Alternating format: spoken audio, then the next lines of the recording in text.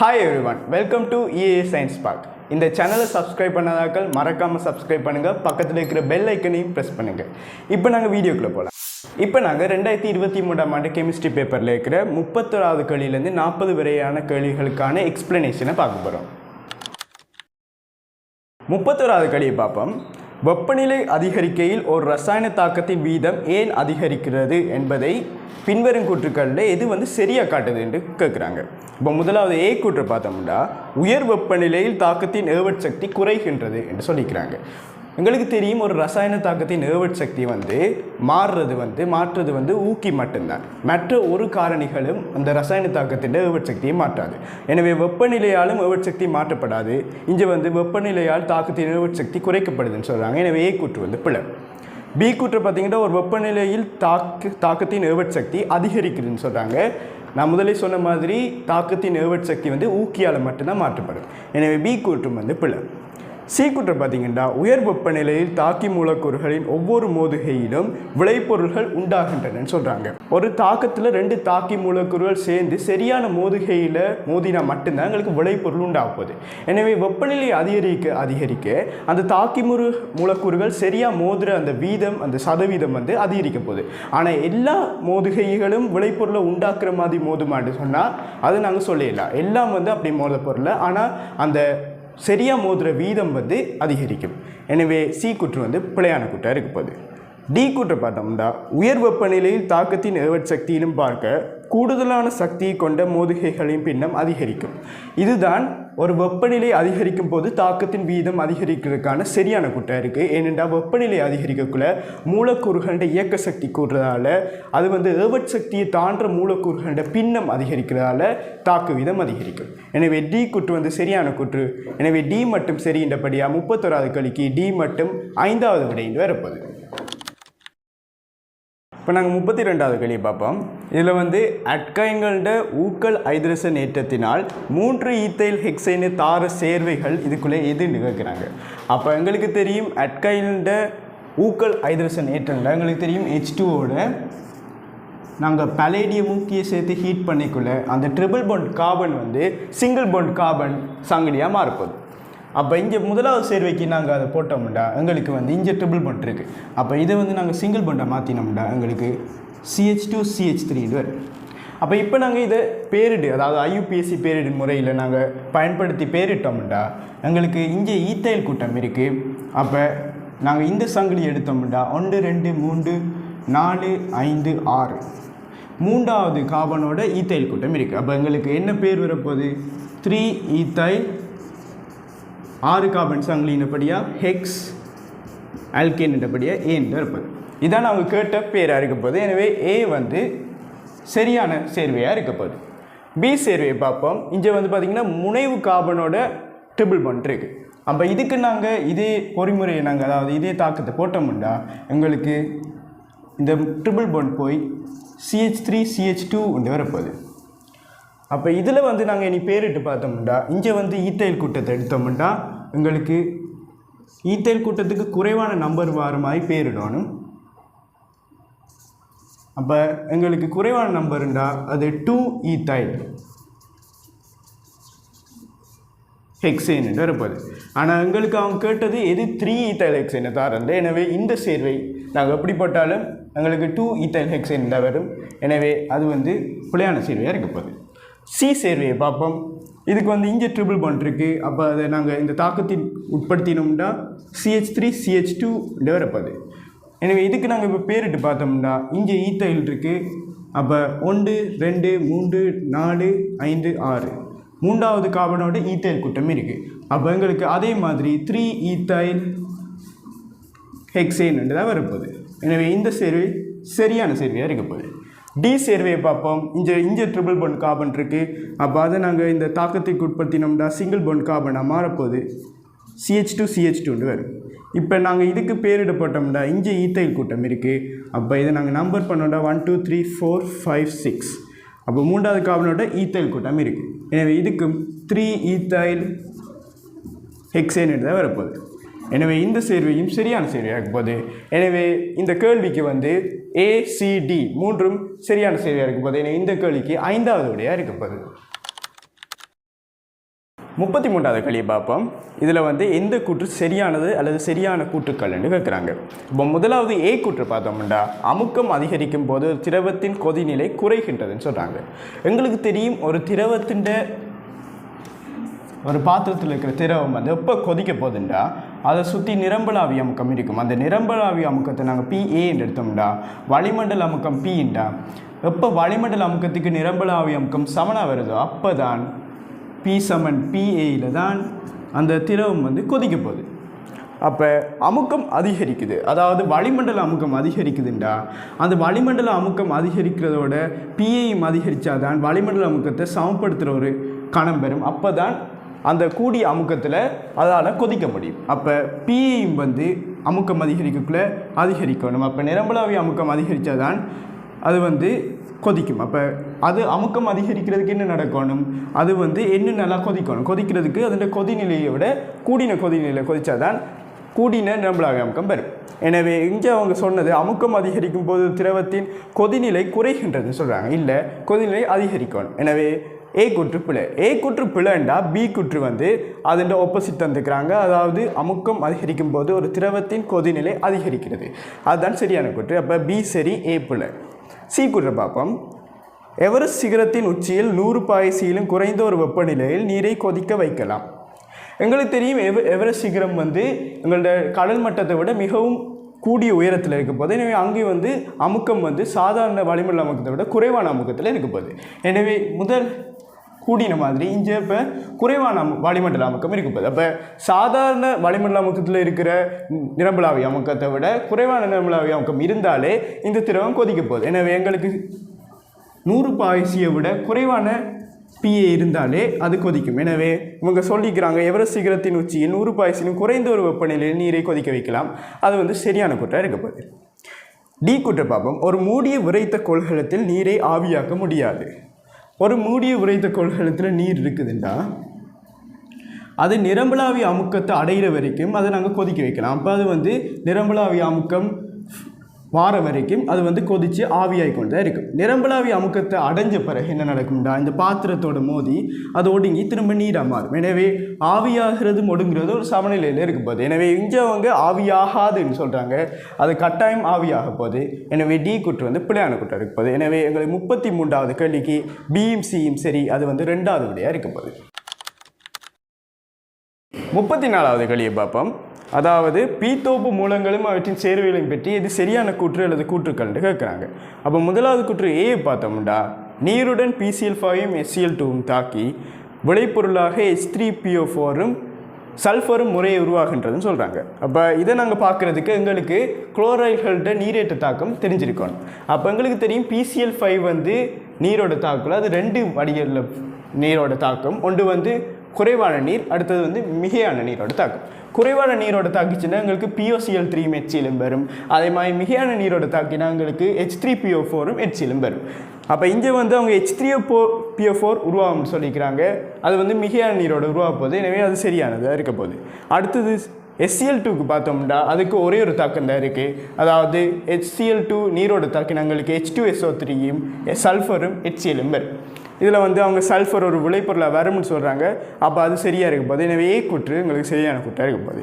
B கூற்றை பார்த்தோம்னா நீருடன் Cl2வின் தாக்கமும் H2O2ன் பிரிகையும் இருவழி விகார தாக்கங்களுக்கு உதாரணங்களாகும் சொல்கிறாங்க.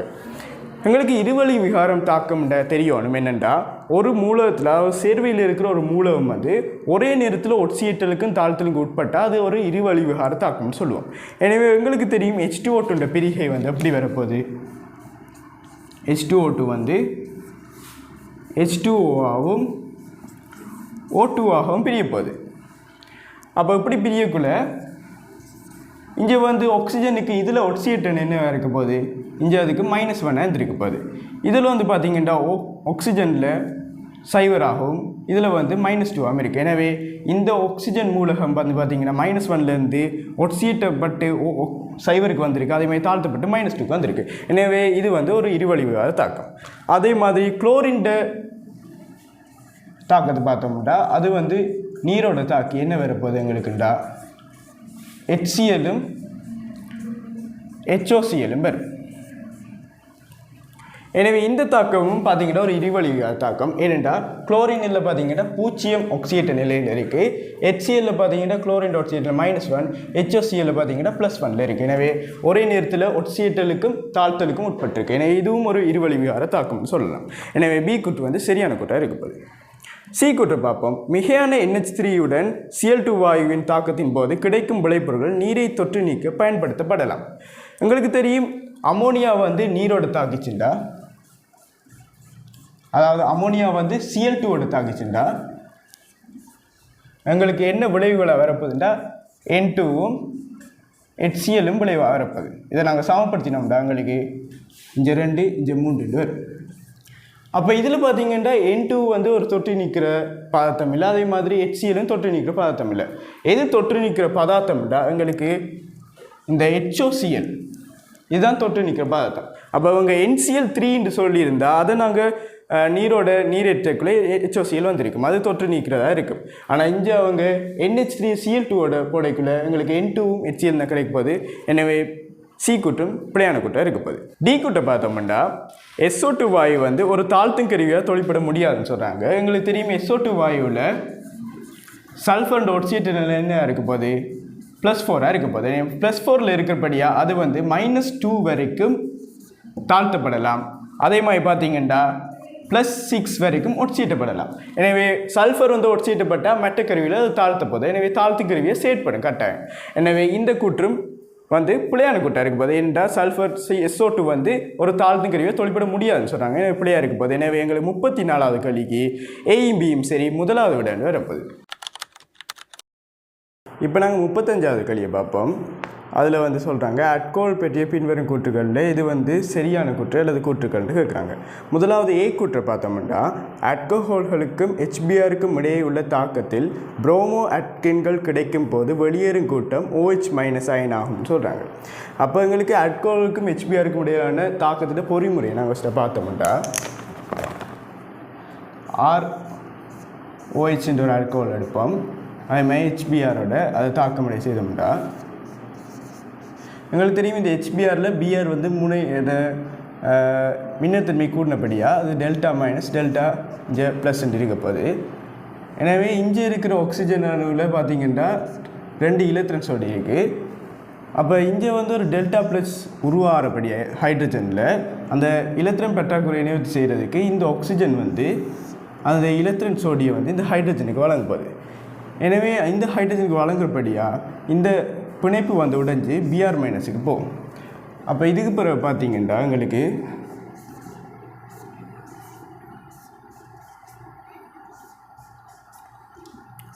இப்படி ஒரு இடைநிலை சேர்வையும் அதோட பார்த்தீங்கன்னா Br- அயனும் இருக்கப்போகுது. இதுக்கு பிறகு பார்த்தீங்கன்னா இந்த இலத்திரன் சிறைக்கூடிய Br- வந்து அதனுடைய இலத்திரன் சோடியை வந்து இந்த ஆர் கூட்டத்துக்கு வழங்கும். ஆர் கூட்டத்துக்கு வழங்கினோடனே அந்த இந்த பிணைப்பு வந்து உடைஞ்சு அந்த இலத்திரன் பற்றாக்குறை இருக்கிற ப்ளஸ் ஏற்றம் இருக்கிற ஆக்சிஜனுக்கு இலத்திரனை கொடுத்தோன்னே எங்களுக்கு எப்படி விளைவு வரப்போகுதுண்டா RBrோட H2Oவும் வரப்போகுது. இந்த கூட்டம் அப்படியே கலண்டு எங்களுக்கு நீராக வரப்போகுது. எனவே ஒரு ஆல்கஹால் வந்து HBrோட தாக்குல எங்களுக்கு விளைவாக அந்த ஆரோட சேர்ந்த Br அதாவது ஆல்கைல் புரோமைடும் நீரும் வரப்போகுது. ஆனால் அவங்க இங்கே OH- ஆக வெளியேறும் சொன்னபடியாக அது போல் அது நீராக தான் வெளியேறப்போகுது.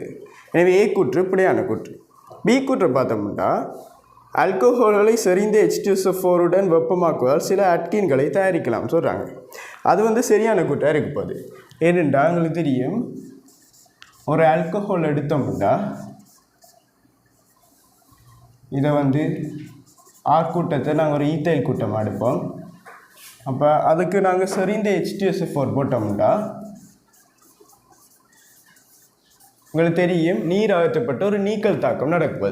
அப்போ இந்த OH கூட்டம் அகற்றப்படுறதால எங்களுக்கு விளைவாக பார்த்தீங்கன்னா ஒரு எதீன் அதாவது ஒரு அட்கின் வந்து கிடைக்குது. இப்போ இவங்க சொன்ன மாதிரி ஒரு செறிந்த H2SO4 ஆல்கோலுக்கு போட்டால் எங்களுக்கு அட்கின்கள் தயாரிக்கலாம். அப்போ பி கூற்று வந்து பார்த்தீங்கன்னா சரியான கூட்டாக இருக்க போகுது. சி கூற்றை பார்ப்போம். ஆல்கஹால்கள் HIயுடன் தாக்கம் புரிந்து ஆல்கைல் ஐடைட்டுகளை தருவது லூயி அமிலங்களின் முன்னிலையில் மாத்திரமாகும் சொல்கிறாங்க. அப்போ எங்களுக்கு தெரியும் இந்த ஆல்கஹால்கள் HBrோட தாக்கம் அடைகிற மாதிரி தான் ஆல்கஹால்கள் வந்து HI உடையும் தாக்கம் புரியப்படுது. HIயோட தாக்கம் புரிகிற பொறிமுறையும் இதே பொறிமுறை தான். இதுக்கு வந்து பார்த்திங்கன்னா லூயி அமிலம் உங்களுக்கு தேவையில்லை.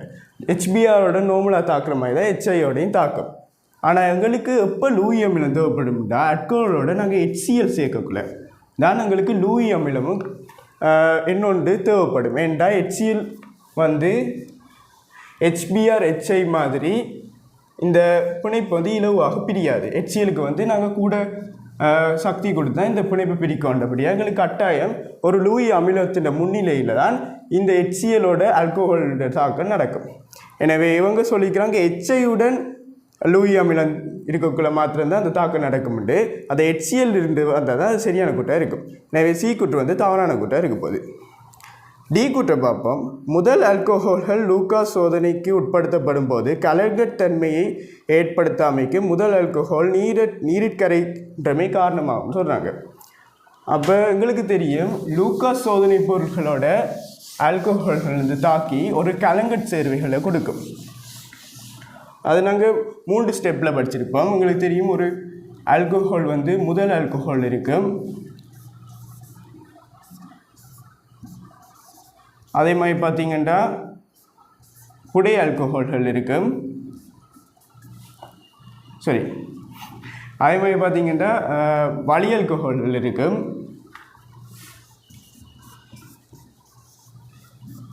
அதே மாதிரி புடை ஆல்கஹால் இருக்கும். இந்த மூன்றுடையும் ஒவ்வொரு விதமாக லூகாஸ் சோதனை பொருள் போடைக்குள்ள தாக்க போகுது. எங்களுக்கு தெரியும் லூகாஸ் சோதனை பொருளில் இருக்க போகிறது என்னென்னா ZnClோட செறிந்த HCl. அப்போ இந்த சேர்வையை நாங்கள் ஆல்கஹாலுக்கு போடைக்குள்ள ஃபஸ்ட்டு புடை ஆல்கஹாலுக்கு போட்டோம்னா அதில் இருக்கிற OH கூட்டம் அகற்றப்பட்டு இந்த Cl வந்து புடை ஆல்கஹாலோட சேரும். இப்போ எங்களுக்கு இப்படி ஒரு ஆல்கைல் குளோரைட் வந்து கிடைக்கும். இந்த ஆல்கைல் குளோரைட் பார்த்திங்கன்னா நீரில் வந்து கரையாது. எனவே நீரில் கரையாதபடியாக ஒரு கலங்கல் தன்மையுள்ள சேர்வையை கொடுக்கும். அதே மாதிரி தான் வலி ஆல்கஹாலுக்கும் லூகாஸ் சோதனை போட்டோம்னா எங்களுக்கு இப்படி ஒரு ஆல்கைல் குளோரைட் கிடைக்கும். இதுவும் கலங்கல் தன்மையை கொடுக்கும் நீரில் கரையாதபடியாக. இது ரெண்டும் இப்படி கலங்கல் தன்மையை கொடுக்கறதுக்கு என்ன காரணம்னா உங்களுக்கு தெரியும் புடை கார்போகேட்ரேன் வலி கார்போகேட்ரேன் இந்த ரெண்டும் வந்து அதாவது இந்த ஆல்கஹால் விளையின பிறகு இங்கே ஒரு கார்போகேட்ரேன் உருவாகும். இந்த 2 கார்போகேட்ரேன் பார்த்தீங்கன்னா உறுதியான கார்போகேட்ரேன், அதாவது இது வந்து சுயாதீனமாக இருக்கக்கூடியது. அதால் தான் பார்த்தீங்கன்னா இது விலகி Cl சேர அனுமதிக்குது. ஆனால் முதல் ஆல்கஹாலில் பார்த்தீங்கன்னா முதல் கார்போகேட்ரேன் வந்து உறுதி குறைந்த கார்போகேட்ரேன், அது வந்து சுயாதீனமாக இருக்காது. எனவே ஒரு லூகாஸ் சோதனையை நாங்கள் முதல் ஆல்கஹாலுக்கு போட்டோம்னா அது வந்து கலங்கத்தன்மை கொடுக்காது. அதுதான் அதுக்கான காரணம். ஆனால் இவங்க அதுக்கான காரணம் வந்து அது நீரில் கரைகின்றமே காரணம்னு சொல்கிறாங்க. உங்களுக்கு தெரியும் ஆல்கஹால் எல்லாமே அநேகமாக நீரில் கரைகிறது. எனவே அது வந்து அதுக்கு காரணம் இல்லை. எனவே டி கூட்டும் பிள்ளை. அப்போ 35வது கேள்விக்கு பார்த்தீங்கன்னா பி மட்டும் சரி 5வது விடையில் இருப்பது. இப்போ 36வது கேள்வியை பார்ப்போம். CO2 + Na2 + Cu2 + Zn2 என்ற 4 அயன்கள் கொண்ட ஒரு கரைசலுக்குள்ளே ஃபஸ்ட்டாக பார்த்தீங்கன்னா மிகையான NaOH அக்வஸ் சேர்க்குறாங்க. அதே மாதிரி 2வது சந்தர்ப்பத்தில் மிகையான NH4OH சேர்க்குறாங்க. இப்படி சேர்க்கக்குள்ள வீழ்படிகள் மற்றும் கரைசல் நிறத்தை பெட்டி எது சரியான கூற்றுக்கள்னு கேட்குறாங்க. முதலாவது கூற்று ஏ பார்த்தோம்னா CO2 +க்கு NaOH-ஐயும் NH4OH-ஐயும் சேர்க்கக்குள்ள எங்களுக்கு தெரியும் CO2 + வந்து நீர்க்கரைசல் நிலையில் இருக்கக்குள்ள எப்படி இருக்க போகுதுன்னா நீரோடு சேர்ந்து ஒரு சிக்கல் நிலையில் இருக்கும். இப்போ COH2O 6 × 2+ இந்த சிக்கல் வடிவத்தில் இருக்க போகுது. இதுக்கு வந்து பார்த்திங்கன்னா நாங்கள் NaOH அதாவது மிகை NaOH போட்டோம்டா உங்களுக்கு வந்து என்ன வரும்டா COOH twice வரப்போகுது. சரியா? COOH twice-ம் Na+ வரும்.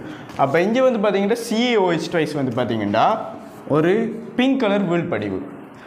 இங்கே அவங்க கபில நிற வீழ்படின்னு சொல்லிக்கிறாங்க. அதே மாதிரி பார்த்தீங்கன்னா அடுத்தது வந்து COH2O 6 × 2+ஓட திரும்ப NH4OH-ஐ ஆட் பண்ணுறாங்க. அப்போ எங்களுக்கு தெரியும் CO வந்து அமோனியாவோட சிக்கல் அயன் உருவாக்க போகுது. பார்த்தீங்கன்னா CONH3 6 டைம்ஸ் 2 ப்ளஸ்ன்ற ஒரு சிக்கலைன் உருவாகும். இந்த சிக்கலைன் பார்த்தீங்கன்னா எங்களுக்கு என்ன கலரில் இருக்கும்னா ஜெட் கபில கலரில் இருக்கும். ஆனால் இங்கே வந்து செந்நிற கரைசல் ஒன்று உருவாகும் சொல்லிக்கிறாங்க. எனவே ஏ குற்றம் வந்து பிள்ளையான குற்றம் இருப்பது.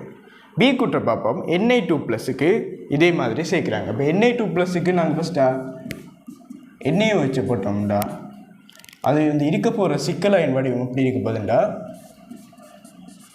NaH2O 6 டைம்ஸ் 2+ இருக்க போகுது. இப்போ இதுக்கு நாங்கள் NaOH போட்டோம்னா உங்களுக்கு NaOH ட்வைஸ்ன்ற ஒரு பச்சை நிற வீழ்படிவு வரும். இங்கே அவங்க நீல நிற வீழ்படிவுன்னு சொல்லிக்கிறாங்க. எனவே அது பிழையானது. அதே மாதிரி பார்த்தீங்கன்னா நிக்கலுக்கு NH4OH சேர்க்குறாங்க.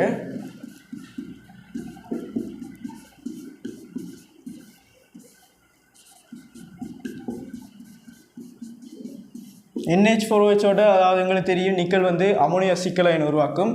அப்போ NH3 6 டைம்ஸ் 2+ இந்த ஒரு கரைசல் வீழ்படிவில் ஒரு கரைசல் உருவாக்குவது. இந்த கரைசல் பார்த்திங்கன்னா நீல நிறத்தில் இருப்பது. ஆனால் அவங்க பச்சை நிறம் சொல்லிக்கிறாங்க. எனவே பி கூற்று வந்து பிழையான கூற்றாக இருப்பது. சி கூற்றை பார்ப்போம். Cu2+ சொல்லிக்கிறாங்க. இப்போ நாங்கள் Cu2+க்கு எழுதுவோம். Cu2+ எங்களுக்கு தெரியும் நீரோட சிக்கலைன் வடிவமான CuH2O 6 டைம்ஸ் 2+ இந்த வடிவத்தில் இருக்கும். இதுக்கு நாங்கள் மிக எண்ணெயை வச்சு போட்டோம்னா எங்களுக்கு CuOH ட்வைஸ் இந்த ஒரு நீல நிற வீழ்படிவு வரும். இங்கே அவங்க நீல நிற வீழ்படிவுன்னு சொல்லிக்கிறாங்க. அதே மாதிரி அடுத்தது பார்ப்போம். CuH2O 6 times 2+க்கு NH4OH சேர்க்குறாங்க. NH4OH சேர்க்கக்குள்ளே என்ன நடக்கும்டா இதுவும் சிக்கலைன் உருவாக்கும். அது வந்து பார்த்திங்கன்னா CuNH3 4 டைம்ஸ் 2+ ஒரு கடும் நீல நிற கரைசலாக இருக்கும். வீழ்படிவில் கரைசலாக இருக்கும்போது சரியா. அப்போ இவங்க இங்கேயும் கருநீல கரைசல்னு சொல்கிறாங்க. எனவே சி கூற்று சரியான கூற்றாக இருக்கும்போது. டி கூற்று பார்த்தோம்னா Zn2+க்கு இந்த 2 செயல்முறைகளையும் போடுறாங்க. அப்போ Zn2+ வந்து நீரோட பார்த்திங்கன்னா ZnOH 6 டைம்ஸ் 2+ இந்த வடிவத்தில் இருப்பது. இதுக்கு வந்து மிகையான NaOH போட்டோம்னா எங்களுக்கு தெரியும்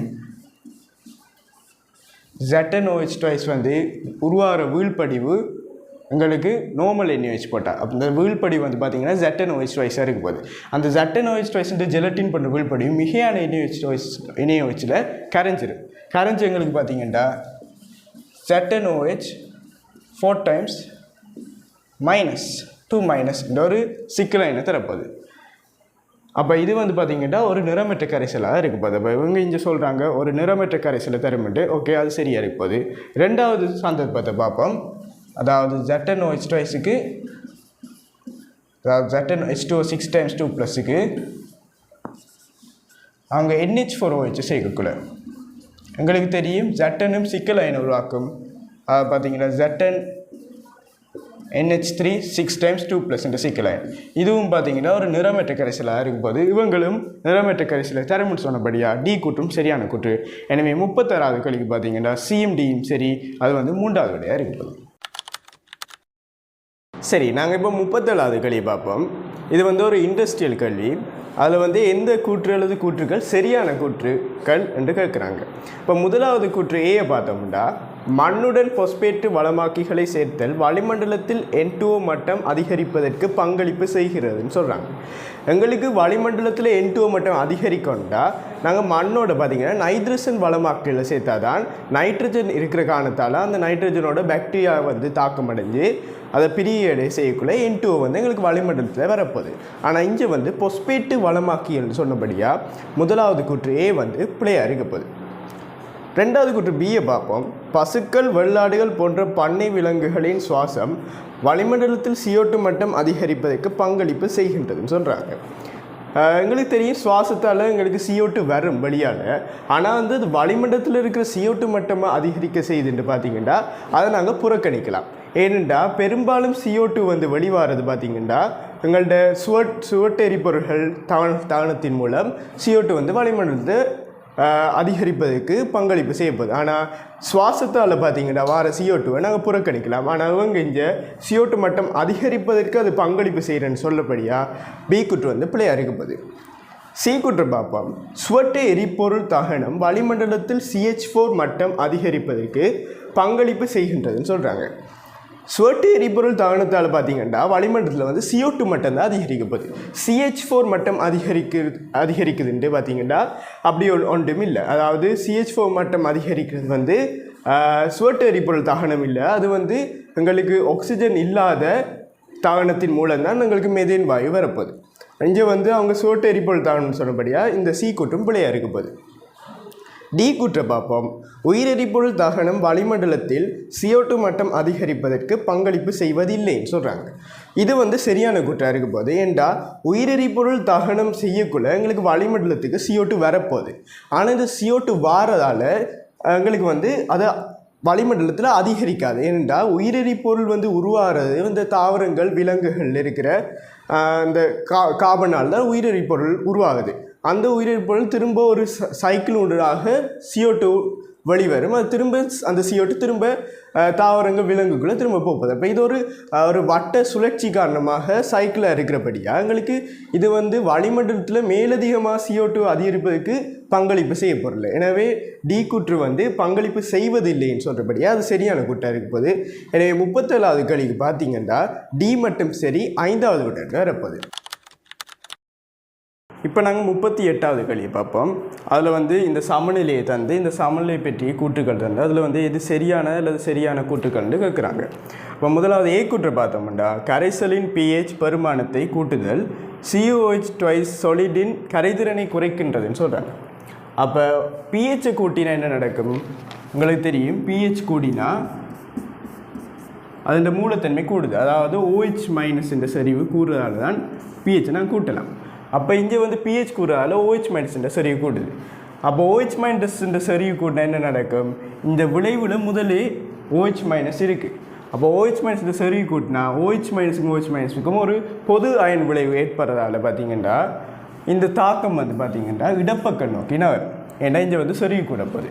அப்போ இடப்பக்கம் நோக்கி நகர்ந்தால் இந்த COH2 கரைஞ்சி C2+ OH மைனஸும் பாரது வந்து குறையாகப்போகுது. அதாவது கரைதிறன் வந்து குறையப்போகுது. இவங்க சொல்லியிருக்கிறது வந்து COH2 கரைதிறனை குறைக்குதுன்றது. அப்போ ஏ கூற்று வந்து சரியான கூற்றாக இருக்கப்போகுது. பி கூற்று பார்த்தோம்னா கரைசலுடன் NaOH சொலிடை சேர்த்தல் COH2 திண்மத்தின் கரைதிறனை மாற்ற மாட்டாதுன்னு சொல்கிறாங்க. அப்போ NaOH சொலிடை நாங்கள் இப்போ சேர்த்தோம்னா அது வந்து கரைசலுக்கு போகிறது மூலம் திண்மத்தில் இருக்கப்போகுது. இப்போ திண்மத்தில் நாங்கள் போட்டோம்னா ஒரு திண்மத்தால் வந்து பார்த்திங்கன்னா சமநிலையில் மாற்றம் ஏற்படாது. ஆனால் இந்த NaOH சொலிட் வந்து கரைசலுக்குள்ளே போடணும் என்ன நடக்கும்டா அது முற்றாக பிரிய அடைஞ்சு Na+ OH- இருப்பது ஆக்வஸா. அப்போ இந்த OH- இப்போ என்ன செய்யும்டா திரும்ப முதல் பார்த்த மாதிரி இதே OH- ஒரு பொது அயன் விளைவு ஏற்படுத்துகிறால அதே மாதிரி இடப்பக்கமாக சமநிலைனா வரப்போகுது. எனவே இதில் வந்து திரும்ப COH2 வந்து பிரிகிறது வந்து குறையிறதால கரைதிறன் வந்து குறையப்போகுது. ஆனால் அவங்க கரைதிறனை மாற்ற மாட்டாங்கன்னு சொல்கிறாங்க. எனவே பி கூற்று வந்து பிழையான கூற்றாக இருக்கப்போகுது. சி கூற்றை பார்ப்போம். COH2 திண்மத்தின் கரைதிறன் வெப்பநிலையை சார்ந்தது அன்றுன்னு சொல்கிறாங்க. எங்களுக்கு தெரியும் எந்த சேர்வைக்கும், அதாவது ஒரு கரையிற திண்மத்துக்கு நாங்கள் வெப்பநிலை கூட்டினோம்னா அதுண்ட கரைதிறன் கட்டாயம் கூடும். ஏனென்றால் எங்களுக்கு தெரியும் கரைசல் ஆதலின் வெப்ப உள்றை வந்து ஒரு அகவெப்பம். எனவே அகவெப்பத்துக்கு நாங்கள் வெப்பநிலை கூட்டினோம்னா சமநிலை எப்பயும் வலப்பக்கம் நோக்கி நகரும். அப்போ இந்த சமநிலையும் வெப்பநிலை கூட்டினா வலப்பக்கமாக தான் நகரப்போகுது. எனவே கரைதிறன் வந்து கூட போகுது. ஆனால் இவங்க வெப்பநிலை வந்து சார்ந்தது அன்று, அதாவது அந்த கரைதிறன் சாராதுன்னு சொல்லிக்கிறாங்க. எனவே இந்த கூற்று வந்து பிழையான கூற்றாக இருக்கப்போகுது. அடுத்து டி கூற்றை பார்ப்போம். கரைசலுடன் மேலதிக COH2 திண்மத்தை சேர்த்தல் COH2 திண்மத்தின் கரைதிறனை மாற்ற மாட்டாதுன்னு சொல்கிறாங்க. அப்போ நாங்கள் வந்து இதோட மேலதிகமாக ஒரு COH2 திண்மத்தை சேர்த்தோம்னா எங்களுக்கு தெரியும் COH2 வந்து NaOH மாதிரி ஒரு கரையிற முற்றாக கரையிற ஒரு திண்மம் இல்லை, அது வந்து பகுதியாக தான் கரையும். இப்போ முதலே COH2 திண்மம் இருக்குது, அந்த கரைசலுக்குள்ள திரும்ப COH2 திண்மத்தை சேர்க்குறாங்க. நான் முதலே சொன்ன மாதிரி திண்மத்தால் சமநிலையில் ஒரு பாதிப்புமே ஏற்படுத்தலாம். இதுவும் அரிதிற்கரையிற திண்மம்ன்றபடியா இப்படி பிரிஞ்சு அந்த அயன்களையும் கொடுக்க மாட்டாது. அதாவது இதால் ஒரு பாதிப்பும் இந்த சமநிலையில் ஏற்பட போகிறல. எனவே இவங்க சொல்லியிருக்கிறாங்க கரைசலோட மேலதிக COH சேர்த்தல் COH2 திரும்பத்தையும் கரைதிலையும் மாற்ற மாட்டாதுண்டு. அது சரியாக தான் இருக்க போகுது. எனவே 38வது கேள்வி பார்த்தீங்கன்னா ஏயும் டியும் சரி, 4வது விடையில் வரப்போகுது. ஓகே, இப்போ நாங்கள் 39வது கேள்வியை பார்க்க போகிறோம். அதில் உயிர் டீசல் உற்பத்தியில் டிரான்ஸ் எஸ்டரிஃபிகேஷன், அதாவது டிரான்ஸ் எசுத்தராக்கல் தாக்கம் தொடர்பாக பின்வரும் கூற்றுக்கள் இது சரியான இல்லை சரியான கூற்றுகள்னு கேட்குறாங்க. அப்போ எங்களுக்கு ஃபஸ்ட்டாக உயிர் டீசல் தயாரிப்பில் டிரான்ஸ் எசுத்தராக்கம்னா என்னென்னு தெரியும். இப்போ உயிர் டீசல் பார்த்தீங்கன்னா தாவர எண்ணெய்களில் இருக்கிற கிளிசரைட்டுகளை வச்சு தான் தயாரிக்கிறாங்க.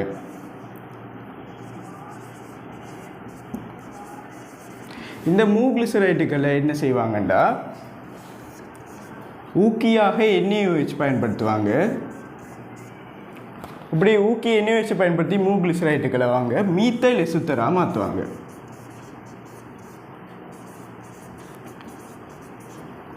இந்த மீத்தைல் எஸ்டர் தான், அதாவது பார்த்தீங்கன்னா கிளிசரைட்லேருந்து மீத்தைல் எஸ்டரை மாற்றுறது தான் இந்த டிரான்ஸ் எசுத்தராக்கம்னு சொல்லப்படுது. இப்போ இதை பற்றி சில கூட்டுகள் தந்திருக்கிறாங்க, அதை பார்ப்போம். ஃபர்ஸ்ட் ஏ கூட்டை பார்த்தோம்னா கிளிசரோல் ஒரு பக்க விளைபொருளாக கிடைக்கின்றதுன்னு சொல்கிறாங்க. அப்போ இதில் பார்த்தீங்கன்னா இந்த கிளிசரைட்டுகள் மீத்தைல் எஸ்டராக மாற்றப்பட்ட பிறகு இதை பல செயல்முறைக்கு பிறகு உயிர் டீசலாக மாற்றுவாங்க. இந்த உயிர் டீசலோட மேலும் ஒரு பக்க விளைவாக பார்த்தீங்கன்னா எங்களுக்கு கிளிசரோல் கிடைக்குது. இந்த கிளிசரோல் பார்த்தீங்கன்னா வேறு கைத்தொழில் உற்பத்திக்கு செயல்முறைக்கு நாங்கள் பயன்படுத்துவோம். அப்போ அவங்க சொன்னது இந்த கிளிசரோல் ஒரு பக்க விளைபொருளாக கிடைக்குதுன்றது சரியான கூட்டம் இருக்கும்போது. பி கூட்டை பார்ப்போம். மூலங்கள் ஊக்கிகளாக பயன்படுத்த முடியாது. இங்கே பார்த்தீங்கன்னா மெயின் ஊக்கியாக பயன்படுத்துகிறதே இந்த எண்ணெயை வச்சு தான். எண்ணெய் வச்சு எங்களுக்கு தெரியும் ஒரு வெண்மூலம். அப்போ மூலங்களை ஊக்கிகளாக பயன்படுத்த முடியாதுன்றது தவறான கூட்டம் இருக்கும்போது. சி கூற்றை பார்ப்போம். சுயாதீன கொழுப்பமிலங்கள் இருத்தல் தாக்கத்திற்கு சாதகமானதுன்னு சொல்கிறாங்க. இந்த தாவர எண்ணெய்கள்லேருந்து தான் நாங்கள் கிளிசரைட்டுகளை எடுக்கிறோம். தாவர எண்ணெய்களில் மேலதிகமாக பார்த்தீங்கன்னா சுயாதீன கொழுப்பமிலங்களும் காணப்படும்.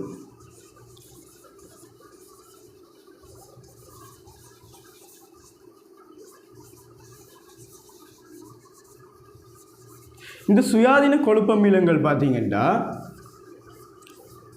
கார்பாக்சிலிக் அமிலத்தை கொண்ட கொழுப்பமில சங்கிலியாக காணப்படுவது. அப்போ இந்த சுயாதீன கொழுப்பமிலம் இருக்கக்குள்ள அது பார்த்தீங்கன்னா இந்த ஊக்கி எண்ணெயோட தாக்கி பார்த்தீங்கன்னா எங்களுக்கு சவர்க்காரத்தை தரும். சவர்க்காரம்ண்டா இந்த கார்பாக்சிலிக் Na+- நாங்கள் சவர்க்காரம் சொல்லுவோம். இந்த சவர்க்காரம் வாரப்படியாக இந்த படையில் பார்த்தீங்கன்னா சவர்க்கார நுரை உருவாகும். இந்த நுரை பார்த்தீங்கன்னா இந்த ஊக்கின்ற தொழிற்பாட்டுக்கு ஒரு தடங்களாக இருக்க போகுது. எனவே இவங்க சொல்லிக்கிறாங்க சுயாதீன கொழுப்பமிலங்கள் இருத்தல் தாக்கத்துக்கு சாதகமானது இல்லை தாக்கத்துக்கு பாதகமான விஷயமாகும். எனவே சி கூற்று பிழையான கூட்டாக இருக்க போகுது. டி கூற்றை பார்ப்போம். சவர்க்காரம் உண்டாகின்றமையால் ஊக்கியின் தொழிற்பாடு குறைகின்றதுன்னு சொல்கிறாங்க. சவர்க்காரம் உண்டாகின்றமையால் ஊக்கியின் தொழிற்பாடு குறைகிறதால தான் நாங்கள் முதல் பாற்ற கூற்று பிள்ளைன்ட்டு நாங்கள் சொல்கிறோம். அப்போ இந்த கூற்று பார்த்தீங்கன்னா சரியான கூட்டாக இருக்கும் போது. எனவே 39வது கேள்விக்கு பார்த்தீங்கன்னா ஏயும் டியும் சரி, 4வது விட இருப்பது. 40வது கேள்வியை பார்ப்போம். அதில் திரவ உயிர்ச்சுவடு எரிபொருள் தகனம் அடைக்குள்ள வாகனத்தின் வெளிப்படுத்தியில் வார வாய்க்கள் பற்றி சரியான கூற்றுக்கள் எது அல்லது சரியான கூற்று எதுன்னு கேட்குறாங்க. இப்போ முதலாம் கூற்று ஏ பார்த்தோம்னா அதில் ஒளி ரசாயன புகாருக்கு பங்களிப்பு செய்கிற வாய்க்கள் அந்த வெளிப்படுத்தியில் வரலாம்னு சொல்கிறாங்க. அப்போ எங்களுக்கு தெரியும் ஒரு வெளிப்படுத்தி உயிர் ரசாயன சூழலால் எரிகிற தகனமடைகிற ஒரு வெளிப்படுத்தியில் வார வாய்க்கள் பெரும்பாலும் அதில் இருக்கிறது NO2 மற்றும் CO2வாக இருக்கப்போகுது. எனவே இந்த மூன்றுலேயும் இருக்கிறது அந்த ஒளி ரசாயன புகாரில் பங்கு பெற்ற வாயுக்களாக இருந்தால் இந்த கூற்று சரியான கூட்டாக இருக்கப்போகுது. அப்போ எங்களுக்கு தெரியும் ஒரு ஒளி ரசாயன புகார் எப்படி உருவாகுதுன்றா அதில் NO வாயு ஒட்சியேற்றம் அடைஞ்சு NO2 வரைக்குள்ள தான் உருவாகுது. இப்போ ஒளி ரசாயன புகாருக்கு பங்களிப்பு செய்கிறது NO வாயு. இப்போ NO வாயு இந்த வெளிப்படுத்திலையும் பாரப்படியாக இந்த ஏ கூற்று சரியான கூட்டாக இருக்கப்போகுது. பி கூற்றை பார்ப்போம். வெளிப்படுத்தியில் பூகோள வெப்பமாதலுக்கு பங்களிப்பு செய்யும் வாயுக்கள் உள்ளனன்னு சொல்கிறாங்க. பூகோள வெப்பமாதலுக்கு பங்களிப்பு செய்யும் வாயுக்கள் எங்களுக்கு தெரியும் கிரீன் ஹவுஸ் கேஸஸ், பச்சை விட்டு வாயுக்கள். அப்போ அது பார்த்தீங்கன்னா என்னென்ன இருக்கும்போது நீராவி, CO2 வாயு, மெதேன் வாயு, N2O வாயுன்னு இருக்கப்போகுது. அப்போ இதில் பார்த்தீங்கன்னா CO2 வாயு இருக்கிறபடியாக அது வெளிப்படுத்திலையும் இருக்கிறபடியாக பி கூற்று சரியான கூற்றாக இருக்கப்போகுது. சி கூற்று பாவம் வெளிப்படுத்தியில் அமிலமலைக்கு பங்களிப்பு செய்யும் வாயுக்கள் அதில் இருக்குன்னு சொல்கிறாங்க. அப்போ எங்களுக்கு தெரியும் ஒரு அமிலமலையில் பங்களிப்பு செய்கிற வாயுக்கள் வந்து பார்த்திங்கன்னா நைட்ரஜன் டை ஆக்சைடான NOவும் NO2வும் அதே மாதிரி பார்த்திங்கன்னா கந்தகத்தின் டை ஆக்சைடுகளான SO2வும் SO3யுமா இருக்க போகுது. அப்போ இங்கே வந்து பார்த்திங்கன்னா NOவும் NO2வும் இருக்கிறபடியா வெளிப்படுத்திலேயும் அது வந்து சரியான கூற்றாக இருக்க போகுது. டி கூற்று பார்ப்போம். வெளிப்படுத்தியில் ஓசோன் படை வரிதாக்கத்திற்கு பங்களிப்பு செய்யும் வாயுக்கள் உள்ளன. ஓசோன் படை வரிதாக்கத்துக்கு பங்களிப்பு செய்கிற வாயுக்கள் மெயினாக பார்த்தீங்கன்னா குளோரோஃப்ளோரன் கார்பனும் HCFC போன்ற வாயுக்களாக இருக்கப்போகுது. ஆனால் இந்த வாயுக்கள் பார்த்தீங்கன்னா வெளிப்படுத்தியில் வராது. எனவே இந்த கூற்று வந்து பிழையான கூற்றாக இருப்பது. எனவே 40வது கேள்வி பார்த்தீங்கன்னா ABC சரியான விட அதில் வந்து பார்த்தீங்கன்னா இப்போ 5வது விடையாக இருக்கப்போகுது.